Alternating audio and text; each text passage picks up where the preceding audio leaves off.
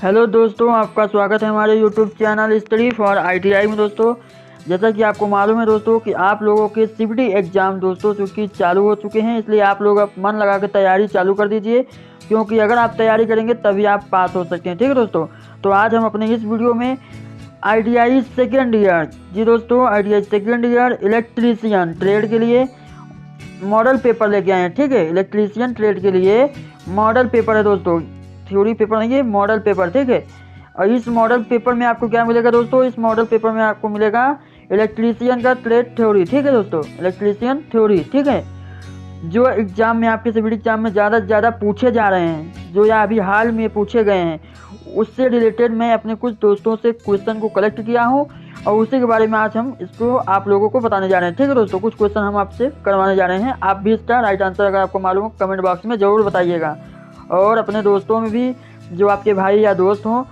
Electrician से ITI कर रहे हो, सेकेंड ईयर में हैं, उनका पेपर होने वाला है, तो उनको जरूर भाई आप लोग शेयर कीजिए ताकि उनका भी कुछ भला हो सके। ठीक है दोस्तों, आप ही लोग शेयर करेंगे तभी तो उनको मालूम चलेगा कि हाँ भाई ये क्वेश्चन आ रहा था। तो चलिए इसी के साथ हम अपना क्वेश्चन स्टार्ट करते हैं दोस्तों। तो इसमें आप लोग पहली बात इसको कंप्लीट जरूर देखिएगा, क्योंकि इसमें 40 क्वेश्चन आपको मिलने वाले हैं दोस्तों, जो कि मोस्ट इंपॉर्टेंट है दोस्तों, जो कि पूछे जा रहे हैं एग्जाम में। तो अगर आप हमारे चैनल पर नए हैं दोस्तों, तो आप हमारे लाल बटन दबा कर हमारे चैनल को सब्सक्राइब जरूर कर लीजिए।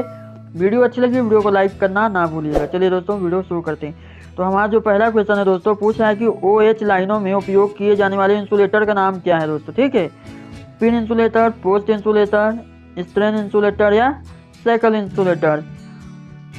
तो मेरे प्यारे दोस्तों, इसका जो राइट आंसर हो जाएगा वो क्या हो जाएगा? Option D. ठीक है, आप लोग सीबीटी एग्जाम देने जाइएगा, बेफिक्र होकर जाइएगा एकदम। ठीक है दोस्तों, और एवं मॉडल पेपर वगैरह जरूर देख लीजिएगा। और जो लोग फिटर से आईटीआई करें दोस्तों, उनके लिए भी मैंने मॉडल पेपर बनाया है अपने चैनल पे, वो भी एक बार जाके हमारे चैनल पे विजिट करें और प्लेलिस्ट जरूर चेक करें। ठीक है दोस्तों, और दोस्तों मैं आपको बताना चाहता हूँ, अगर आप इलेक्ट्रीशियन ट्रेड से हैं तो भाई जो आपका वर्कशॉप कैलकुलेशन है, तो अभी उसके लिए मैंने 5 सेट अपलोड किया है दोस्तों। अभी मैं इस मॉडल पेपर में देखा हूँ कि उसी से पूरे क्वेश्चन पूछे गए हैं, पूरे क्वेश्चन उसी से पूछे गए हैं। ठीक है दोस्तों, 100% दोस्तों उसी से एकदम क्वेश्चन पूछे गए हैं। अभी मैंने मॉडल पेपर में देखा, तो इस मॉडल पेपर मैंने वर्कशॉप कैलकुलेशन को हटा दिया है। ठीक है दोस्तों, क्योंकि पूरे क्वेश्चन वहीं से पूछे गए हैं जो हमने 5 सेट करवाया है आपके लिए। या फिर आप फिटर की जो मॉडल पेपर है उसको देख लीजिए, और वीडियो के सबसे लास्ट में देख लीजिएगा। 40 क्वेश्चन के बाद हम उसमें भी वर्कशॉप कैलकुलेशन संबंधित सवाल करवाएं, वही सेम टू सेम इलेक्ट्रीशियन में भी पूछे गए हैं। ठीक है दोस्तों, तो उसको आप लोग जरूर देख लीजिएगा। तो हमारा नेक्स्ट क्वेश्चन दोस्तों की पूछ रहा है कि बाइंडिंग वायर गैप को बहुत पास रखने और पिन इंसुलेटर में बहुत टाइट होने का क्या कारण है? ठीक है दोस्तों, स्पार्किंग से बचे, क्षणक से बचे, या ऑक्साइड बनाने से बचे, या वायुमंडलीय दबाव से बचे। तो दोस्तों इसका राइट आंसर अगर आपको मालूम तो कमेंट जरूर करें दोस्तों। इसका जो राइट आंसर हो जाएगा वो है option A, avoid sparking, sparking से बचें। ठीक है दोस्तों, चलिए नेक्स्ट क्वेश्चन के आगे चलते हैं। हमारा नेक्स्ट क्वेश्चन है दोस्तों की सर्किट ब्रेक की टूटने की क्षमता का मूल्यांकन किस में किया जाता है? ठीक है दोस्तों, जो हमारा सर्किट ब्रेकर की टूटने की क्षमता का मूल्यांकन किया जाता है वो कैसे किया जाता है? ठीक है, तो इसका जो राइट आंसर हो जाएगा दोस्तों वो हो जाएगा ऑप्शन सी, MBA। ठीक है दोस्तों, ऑप्शन सी इसका राइट आंसर हो जाएगा। चलिए नेक्स्ट क्वेश्चन को आगे चलिए दोस्तों, ये मोस्ट इंपॉर्टेंट है दोस्तों, ये एग्जाम में पूछे गए हैं। ठीक है दोस्तों, अभी हाल ही के एग्जाम में पूछे गए हैं। और दूसरा क्वेश्चन हमारा पूछ रहा है कि लीकेज करंट प्रोटेक्शन से बचाव हेतु हाँ वायरिंग सर्किट के साथ कौन सा सर्किट ब्रेकर लगाया जाता है? OCB, MCB, ELCB या MCCB। तो दोस्तों इसका राइट आंसर जो हो जाएगा ऑप्शन सी, ELCB। ठीक है दोस्तों, जो लीकेज करंट प्रोटेक्शन से बचाव हेतु जो वायरिंग सर्किट के साथ जो सर्किट ब्रेकर लगाया जाता है कौन सा होता है? ELCB। ठीक है, ऑप्शन सी इसका राइट आंसर हो जाएगा। चलिए नेक्स्ट क्वेश्चन फिर आगे चलते हैं दोस्तों। हमारा जो नेक्स्ट क्वेश्चन है वो आपसे पूछ रहा है कि संक्षिप्त नाम UPS का पूर्ण रूप क्या है? दोस्तों UPS का पूर्ण रूप आपसे पूछ रहा है तो क्या होता है? Unlimited power supply. ठीक है, अनलिमिटेड पावर सप्लाई। UPS क्या होता है दोस्तों? जैसे कि आप कंप्यूटर वगैरह में अभी आपने देखा होगा कि जब लाइन वगैरह चली जाती है तो कंप्यूटर में एक UPS लगा होता है, जिसके माध्यम से कुछ समय तक उस बैटरी से वो काम करता है। ठीक है दोस्तों, UPS क्या है? Unlimited power supply. ठीक है, निर्बाध विद्युत आपूर्ति। ठीक है, तो इसका आंसर क्या हो जाएगा? Option D. चलिए नेक्स्ट क्वेश्चन की ओर आगे चलते हैं दोस्तों। हमारा जो नेक्स्ट क्वेश्चन है वो आपसे पूछ रहा है कि दोस्तों कि जो वर्ग तरंग इन्वर्टर का उपयोग कहाँ पे किया जाता है? ठीक है, computer, TV receiver, DVD player या सामान्य प्रकाश व्यवस्था में। ठीक है दोस्तों, तो ये भी काफ़ी मोस्ट इंपॉर्टेंट है दोस्तों, ये एग्जाम में पूछे गए हैं, इसलिए मैं आपको ये करवा रहा हूँ। ठीक है दोस्तों, तो इसका जो राइट आंसर हो जाएगा ये ऑप्शन डी, जनरल लाइटिंग, सामान्य प्रकाश व्यवस्था के लिए वर्ग तरंग इन्वर्टर का उपयोग किया जाता है या फिर स्क्वायर वेव इन्वर्टर का यूज किया जाता है। ठीक है दोस्तों, इंग्लिश वाले भाई जो हमारे हैं वो आप इंग्लिश में क्वेश्चन को देख सकते हैं। ठीक है दोस्तों, चलिए नेक्स्ट क्वेश्चन को आगे चलते हैं दोस्तों। तो हमारा नेक्स्ट क्वेश्चन पूछा है दोस्तों कि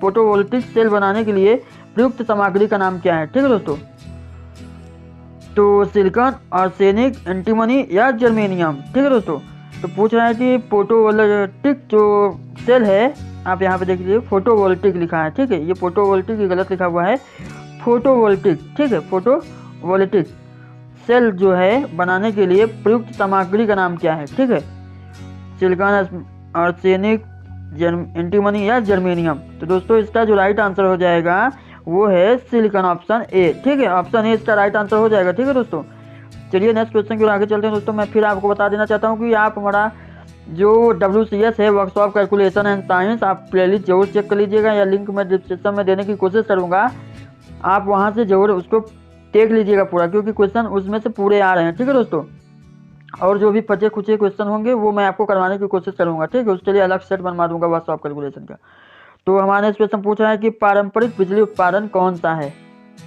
पवन शक्ति या ज्वारी शक्ति उत्पादन या सौर शक्ति जनरेशन या उष्मीय शक्ति जनरेशन। ठीक है, थर्मल पावर जनरेशन। ठीक है दोस्तों, तो इसका जो राइट आंसर हो जाएगा दोस्तों वो है उष्मीय शक्ति उत्पादन, थर्मल पावर जनरेशन। ठीक है दोस्तों, ये इसका राइट आंसर हो जाएगा। चलिए नेक्स्ट क्वेश्चन के आगे चलते हैं दोस्तों। वीडियो अच्छी लगी वीडियो को लाइक जरूर कर दीजिएगा, अपने दोस्तों में ज़्यादा से ज़्यादा इसे शेयर जरूर कीजिए। दोस्तों हमारा जो नेक्स्ट क्वेश्चन पूछा है, IE के नियमों के अनुसार मध्यम वोल्टेज घरेलू इंस्टॉलेशन में किन्हीं दो चालकों के बीच इंसुलेशन प्रतिरोध क्या है? ठीक है, अनंत है या 1 मेगा ओम से अधिक है या 2 से अधिक मेगा ओम या 3 मेगा ओम से अधिक। ठीक है दोस्तों, तो इसका जो राइट आंसर हो जाएगा option B, more than 1 mega ohm. ठीक है दोस्तों, मोर देन 1 मेगा ओम या 1 मेगा ओम से अधिक। ठीक है, चलिए नेक्स्ट क्वेश्चन को आगे चलते हैं दोस्तों। हमारा नेक्स्ट क्वेश्चन है दोस्तों कि इलेक्ट्रिक ड्राइवर क्या है? ठीक है दोस्तों, इलेक्ट्रिक ड्राइव क्या है? What is electric drive? तो इसका जो राइट आंसर हो जाएगा दोस्तों वो हो जाएगा आपका ऑप्शन सी। ठीक है, ऑप्शन सी इसका राइट आंसर हो जाएगा। मोटर को नियंत्रित करने के लिए एक विद्युत यांत्रिक उपकरण है। ठीक है, इलेक्ट्रिक ड्राइव क्या है आपको मालूम चल गया ना, कि an electromechanical device for controlling motor. ठीक है, ऑप्शन सी इसका राइट आंसर हो जाएगा। चलिए नेक्स्ट क्वेश्चन को आगे चलते हैं। देखिए दोस्तों, हम आपको बिल्कुल भी टाइम नहीं लेते हैं, यहाँ पे जल्दी जल्दी करवा रहे हैं आपको, ताकि आप कम समय में ज़्यादा से ज़्यादा आपका रिवीजन हो जाए, आपको वो तमाम क्वेश्चन को दिखा दिया जाए जो एग्जाम के अकॉर्डिंग काफ़ी इंपॉर्टेंट है। ठीक है दोस्तों, काफ़ी इंपॉर्टेंट है। ठीक है, इसलिए आप लोग भी हमारे साथ जरूर दें और वीडियो को लाइक जरूर कर दीजिए। ठीक है दोस्तों, एक लाइक ही तो मांग रहा हूँ वीडियो में। चलिए, DC ड्राइव में BOP का पूर्ण रूप क्या है दोस्तों? ठीक है, पूछ रहा है कि जो DC ड्राइव होता है उसमें BOP का फुल फॉर्म क्या है, यही आपसे पूछ रहा है। ठीक है, तो इसका जो राइट आंसर हो जाएगा दोस्तों वो हो जाएगा ऑप्शन बी। ठीक है, बेसिक ऑपरेशन पैनल। ठीक है, ऑप्शन बी इसका राइट आंसर हो जाएगा, बेसिक ऑपरेशन पैनल। चलिए नेक्स्ट क्वेश्चन की आगे चलते हैं दोस्तों। हमारा जो नेक्स्ट क्वेश्चन है दोस्तों वो ये है कि ऑपरेशन के मोड के अनुसार किस ड्राइव का वर्गीकृत किया गया है? ठीक है, ऑपरेशन के मोड के अनुसार किस ड्राइव को वर्गीकृत किया गया है? समूह ड्राइव, मैनुअल ड्राइव, व्यक्तिगत ड्राइव या निरंतर ड्यूटी ड्राइव? तो दोस्तों इसका जो राइट आंसर हो जाएगा वो है option D, continuous duty drive. ठीक है दोस्तों, निरंतर ड्यूटी ड्राइव। चलिए नेक्स्ट क्वेश्चन को आगे चलते हैं दोस्तों। हमारा जो नेक्स्ट क्वेश्चन है वो ये है दोस्तों कि आपसे पूछ रहा है कि यदि ISI, ठीक है, ये क्या है ISI, मतलब ये देखिए आप इंग्लिश में देख सकते हैं। ठीक है, यदि ISI के अनुसार घोषित वोल्टेज 240 वोल्ट है तो न्यूनतम अनुसार एकल चरण कार्यशाला, ठीक है, कार्यशील वोल्टेज क्या है? ठीक है, आपसे क्वेश्चन पूछा है यदि ISI के अनुसार घोषित वोल्टेज 240 वोल्ट है तो न्यूनतम अनुमत एकल चरण कार्यशील वोल्टेज क्या होगा। ठीक है दोस्तों, यही आपसे पूछ रहा है, 233 वोल्टेज या 228 वोल्ट या 216 वोल्ट या 211 वोल्ट। तो दोस्तों यहाँ भी इसका जो राइट आंसर हो जाएगा वो हो जाएगा option B 228 volt. Option B इसका राइट आंसर हो जाएगा। चलिए नेक्स्ट क्वेश्चन की आगे चलते हैं दोस्तों। वीडियो को पूरा जोर देखिए, वीडियो अच्छी लग रही है वीडियो को लाइक जरूर कीजिए और अपने उन तमाम दोस्तों में शेयर कीजिए जिनका भी एग्जाम होने वाला है। ठीक है दोस्तों, किस शब्द से तात्पर्य है कि किसी पदार्थ का द्रव्यमान इलेक्ट्रोलाइट से एक कूलाम विद्युत द्वारा मुक्त होता है। ठीक है दोस्तों, किस शब्द से तात्पर्य है कि किसी पदार्थ का द्रव्यमान इलेक्ट्रोलाइट से एक कूलाम विद्युत द्वारा मुक्त होता है। तो इसका जो राइट आंसर हो जाएगा दोस्तों वो क्या हो जाएगा, वो हो जाएगा ऑप्शन डी विद्युत रासायनिक तुल्यांक। ठीक है, इलेक्ट्रोकेमिकल इक्विवेलेंट। ठीक है दोस्तों, इलेक्ट्रोकेमिकल इक्विवेलेंट या विद्युत रासायनिक तुल्यांक। चलिए नेक्स्ट क्वेश्चन के आगे चलते हैं दोस्तों। देखिए दोस्तों, ये काफ़ी इंपॉर्टेंट क्वेश्चन है जो मैं आपको करवा रहा हूँ। ठीक है, इसलिए इसको आप लोग लास्ट तक जरूर देखिए। ठीक है, वेरी वेरी इंपॉर्टेंट है। तो हमारा जो नेक्स्ट क्वेश्चन पूछा है, एक सक्रिय घटक कौन सा है। दोस्तों पूछ रहा है कि व्हाट इज एक्टिव कंपोनेंट। ठीक है, तो हमारा जो ट्रांजिस्टर है वो एक्टिव कंपोनेंट है। ठीक है, ट्रांजिस्टर इसका राइट आंसर हो जाएगा ऑप्शन डी। ठीक है, चलिए नेक्स्ट क्वेश्चन के आगे चलते हैं दोस्तों। हमारा जो नेक्स्ट क्वेश्चन है वो आपसे पूछ रहा है कि सिलिकॉन सेमीकंडक्टर डायोड किस कोड को इंगित करता है। दोस्तों अगर आप पढ़े हैं तो आप हमें कमेंट में जरूर बताएंगे। ठीक है दोस्तों, कमेंट में जरूर बताएंगे। ठीक है, चलिए नेक्स्ट क्वेश्चन के आगे चलते हैं। हाँ, तो दोस्तों इसका जो राइट आंसर हो जाएगा वो पहले आपको बता देता हूँ। इसका जो राइट आंसर हो जाएगा वो है ऑप्शन बी BY 126। ठीक है, बाय 126। ठीक है, सिलिकॉन सेमीकंडक्टर डायोड किस कोड को इंगित करता है, तो बाय 126 या BY 126। ठीक है, चलिए नेक्स्ट क्वेश्चन की ओर आगे चलते हैं दोस्तों। इसका जो हमारा जो नेक्स्ट क्वेश्चन है दोस्तों, ये देखिए ये काफ़ी इंपॉर्टेंट है दोस्तों। ठीक है, ये काफ़ी वेरी वेरी इंपॉर्टेंट है दोस्तों, ये कई बार एग्जाम में पूछा गया है। और हमारा मानिए तो आप जितने भी फिगर वाले क्वेश्चन है आप लोग एक बार जरूर देख लीजिएगा। ठीक है, तो पूछा है कि कंट्रोल पैनल में वायरिंग में प्रयुक्त सामग्री का नाम क्या है। ठीक है, तो ये क्या है दोस्तों, यही आपसे पूछा। तो इसका जो राइट आंसर हो जाएगा दोस्तों वो हो जाएगा ऑप्शन डी केबल बांधने की पट्टी है। ठीक है, केबल बाइंडिंग स्ट्रैप है। ठीक है, केबल बांधने वाली पट्टी है। ठीक है, ये इसको आप लोग ध्यान में जरूर रखिएगा। ठीक है, ये काफ़ी इंपॉर्टेंट है। ठीक है, तो चलिए नेक्स्ट क्वेश्चन के आगे चलते हैं दोस्तों। हमारा जो नेक्स्ट क्वेश्चन है दोस्तों, हमारा नेक्स्ट क्वेश्चन है तारों को गुच्छा करने के लिए, हाँ तारों को गुच्छा करने के लिए कौन से केबल बंधों का उपयोग किया जाता है। तो इसका जो राइट आंसर हो जाएगा दोस्तों वो है ऑप्शन सी नायलॉन टाइल्स। ठीक है, नायलॉन बंध। ठीक है, तारों को गुच्छा करने के लिए कौन से केबल बंधों का उपयोग किया जाता है, नायलॉन बंध। चलिए ऑप्शन सी इसका राइट आंसर हो जाएगा। नेक्स्ट क्वेश्चन की आगे चलते हैं दोस्तों। हमारा जो नेक्स्ट क्वेश्चन है वो आपसे पूछ रहा है कि पैनल बोर्ड असेंबली में किस उपकरण से बचा जाता है। ठीक है, तो जो सेंसर होता है उससे बचा जाता है। ठीक है, ऑप्शन ए हमारा राइट आंसर हो जाएगा कि पैनल बोर्ड असेंबली में किस उपकरण से बचा जाता है, तो सेंसर। चलिए नेक्स्ट क्वेश्चन के आगे चलते हैं दोस्तों। हमारा जो नेक्स्ट क्वेश्चन है वो ये है, पूछ रहा है कि ये देखिए फिगर से रिलेटेड क्वेश्चन। ठीक है दोस्तों, इसलिए इसको आप लोग जरूर देखिएगा और एकदम दिमाग में सेट कर लीजिएगा। ठीक है, तो ये पूछ रहे हैं आपसे कि रोटरी कन्वर्टर के भाग एक्स का कार्य क्या है। दोस्तों ये जो आपको भाग एक्स दिखाई दे रहा है इसी का नाम आपसे पूछ रहा है। ठीक है, कि इसका कार्य क्या है, मतलब कार्य क्या है इसका, ये आपसे पूछ रहा है। ठीक है, रोटरी कन्वर्टर है। ठीक है, ये तो इसका जो राइट आंसर हो जाएगा दोस्तों आप लोग यहाँ पे देख सकते हैं, ऑप्शन डी इसका राइट आंसर हो जाएगा। ठीक है, ऑप्शन डी इसका राइट आंसर, मतलब वितरित प्रत्यक्ष धारा एकत्र करता है। ठीक है, collect the delivered direct current. ठीक है दोस्तों, चलिए नेक्स्ट क्वेश्चन के आगे चलते हैं दोस्तों। हमारा जो नेक्स्ट क्वेश्चन है वो आपसे पूछ रहा है कि शुरू में एक तुल्यकालिक मोटर में डैम्पर वाइंडिंग का मुख्य उद्देश्य क्या है। डैम्पर वाइंडिंग का मुख्य उद्देश्य क्या है।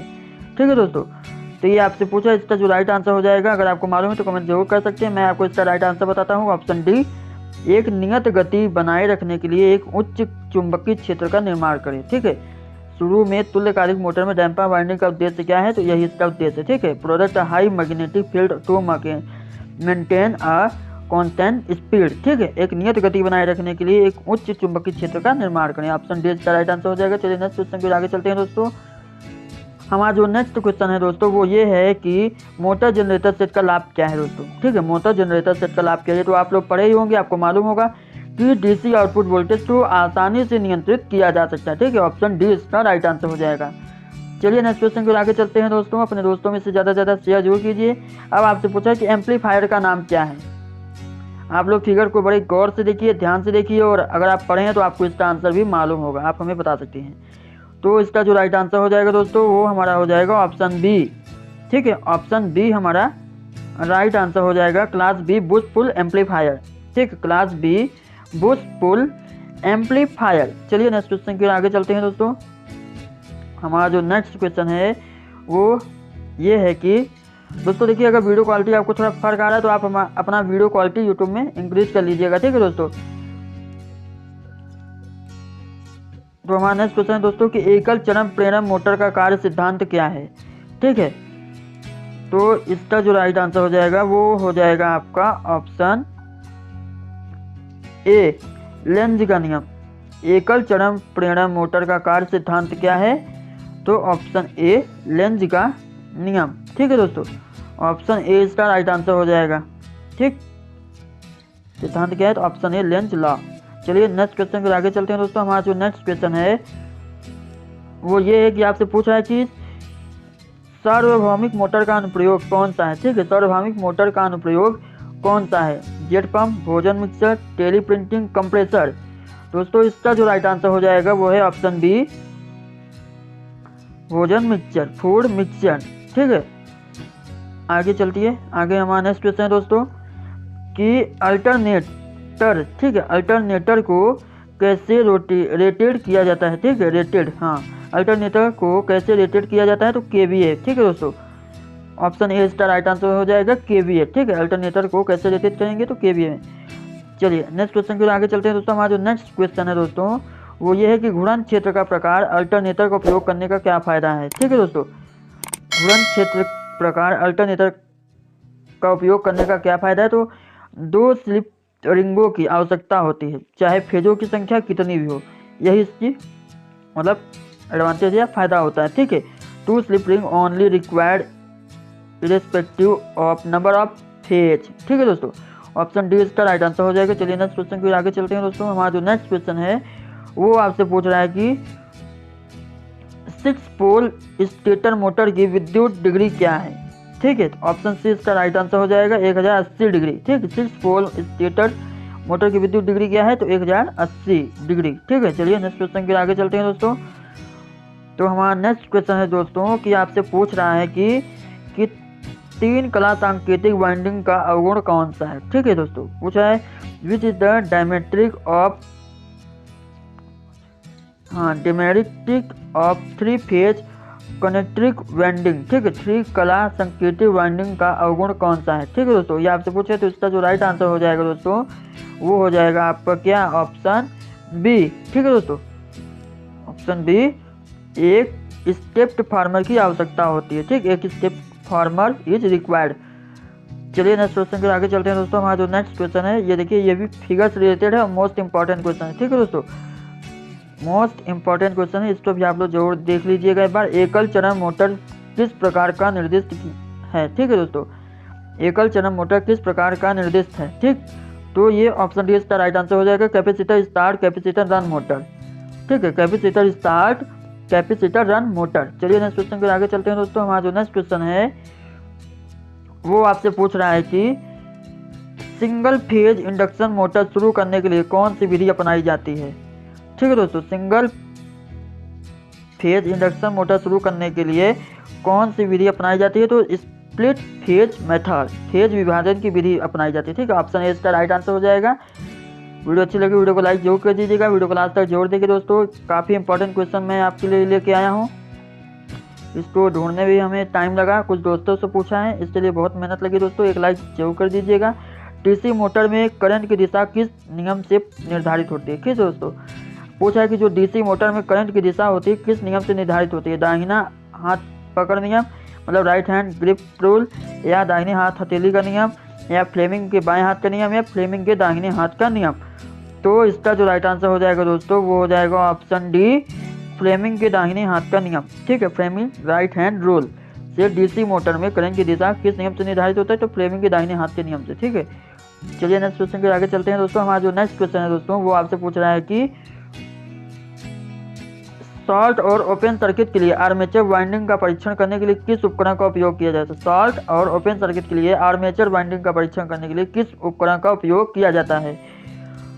तो दोस्तों इसका जो राइट आंसर हो जाएगा वो हो जाएगा ऑप्शन सी, एक्सटर्नल ग्लोवर। ठीक है, एक्सटर्नल ग्लोवर, बाहरी ग्राउलर। ठीक है, हाँ एक्सटर्नल ग्राउलर। ठीक है, बाहरी ग्राउलर का उपयोग किया जाता है।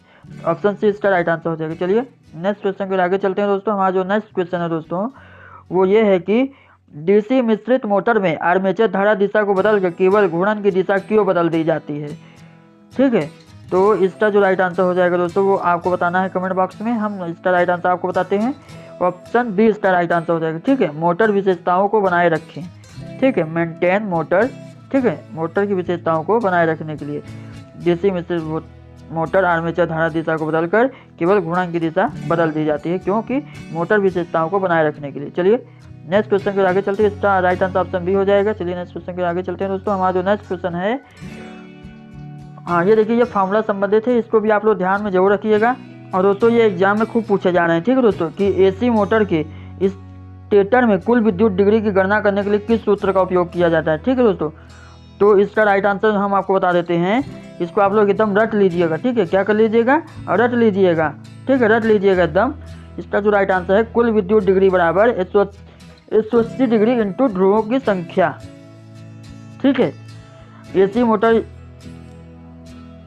मोटर स्टेटर में कुल विद्युत डिग्री की गणना करने के लिए जो हमारा फार्मूला का उपयोग किया जाता है वो क्या है, कुल विद्युत डिग्री बराबर 180 डिग्री इंटू ध्रुवों की संख्या। Total electrical degree equal to 180 degree into number of poles. ठीक है, चलिए नेक्स्ट क्वेश्चन के आगे चलते हैं दोस्तों। हमारा जो नेक्स्ट क्वेश्चन है ये आपसे पूछ रहा है कि पूर्ण लोड पर 10 HP 3 कला प्रेरण मोटर चलाने के लिए फ्यूज दर क्या है। ठीक है दोस्तों, तो इसका जो राइट आंसर क्या हो जाएगा दोस्तों, वीडियो काफ़ी लंबी हो रही है इसलिए हम आपको थोड़ा जल्दी करवा रहे हैं। ऑप्शन सी इसका राइट आंसर हो जाएगा 25 एम्पियर। ठीक है दोस्तों, तो ऑप्शन सी इसका राइट आंसर हो जाएगा। चलिए नेक्स्ट क्वेश्चन के आगे चलते हैं दोस्तों। इसका जो PDF है वो हमारे टेलीग्राम पे आपको मिल जाएगा। टेलीग्राम आप जरूर ज्वाइन कीजिए। तो जनरेटर द्वारा किस ऊर्जा को विद्युत ऊर्जा में परिवर्तित किया जाता है। ठीक है, जनरेटर द्वारा किस ऊर्जा को विद्युत ऊर्जा में परिवर्तित किया जाता है दोस्तों, ये भी मोस्ट इंपॉर्टेंट है और जैसा कि बिल्कुल सिंपल है दोस्तों। ठीक है, सिंपल भी है, ये आप बचपन से पढ़ते चले आ रहे हैं कि जनरेटर द्वारा किस ऊर्जा को विद्युत ऊर्जा में परिवर्तित किया जाता है। तो यांत्रिक ऊर्जा, ठीक है, मैकेनिकल ऊर्जा को विद्युत ऊर्जा में परिवर्तित किया जाता है। ठीक है, ऑप्शन डी इसका राइट आंसर हो जाएगा। चलिए नेक्स्ट क्वेश्चन के आगे चलते हैं दोस्तों। हमारा जो नेक्स्ट क्वेश्चन है वो आपसे पूछ रहा है कि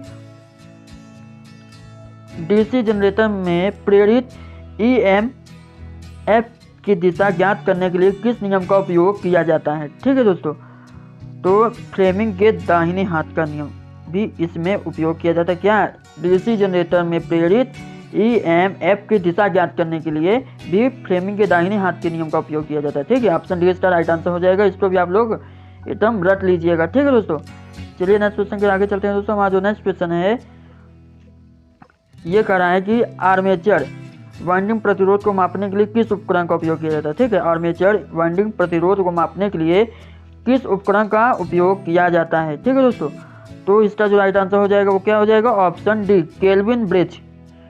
kelvin bridge, option D right answer हो जाएगा। चलिए नेक्स्ट क्वेश्चन के आगे चलते हैं दोस्तों। हमारा जो नेक्स्ट क्वेश्चन है वो आपसे पूछा है कि डीसी फील्ड्स, ठीक है, डीसी फील्ड्स कॉइल के लिए किस वाइंडिंग तार का उपयोग किया जाता है दोस्तों।